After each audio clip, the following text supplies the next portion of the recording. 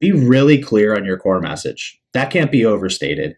Going back to my conversation with my friend, she said to me that she would just sometimes title a page in a report with exactly the insight that she wants the stakeholder to leave with. For example, sales are down 2% quarter over quarter.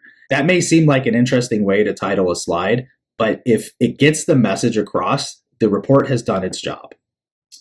Now that you've crafted your compelling story with the data, you can start to think about the best ways to visualize it. Now, there's a bunch of best practices on visualizing data, and I can't get into all of them here. It would take forever.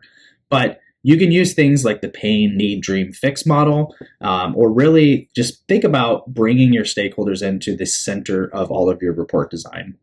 The most important thing at the end of the day is that your stakeholders are going to use the data.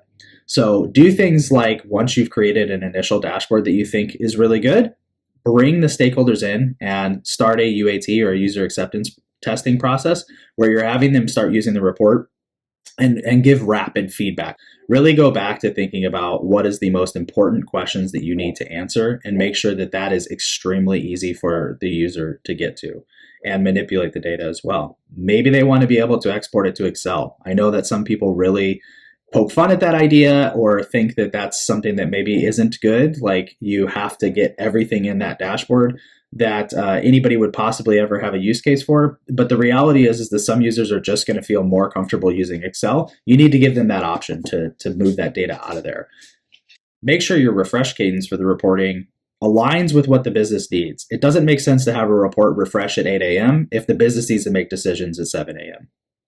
Make sure you articulate the value proposition. Clearly define the benefits each report provides. Is the report actually needed? Is there already another report that provides similar data that could be modified to suit the needs?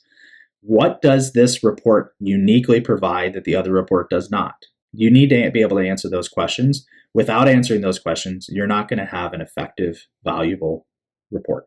If you like this video, please share it with a friend, like it, and comment.